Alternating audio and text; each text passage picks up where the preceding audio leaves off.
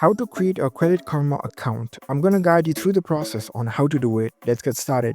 First of all, on your phone, head over to the Credit Karma app. After you're in the app, you'll see this kind of app interface. Now, in order to create a new account, you need to tap on the sign up option. You'll need to provide your email address and create a password for your account. While creating a password, make sure your password is secured and easy for you to remember. Once you provide your information, tap on this Create Account button. Now there are a few steps. First of all, you'll need to provide your personal information.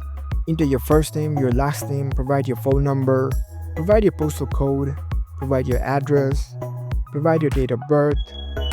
After that, tap on Continue and proceed to the next step. Follow along the instructions of the app, provide the information as per mentioned.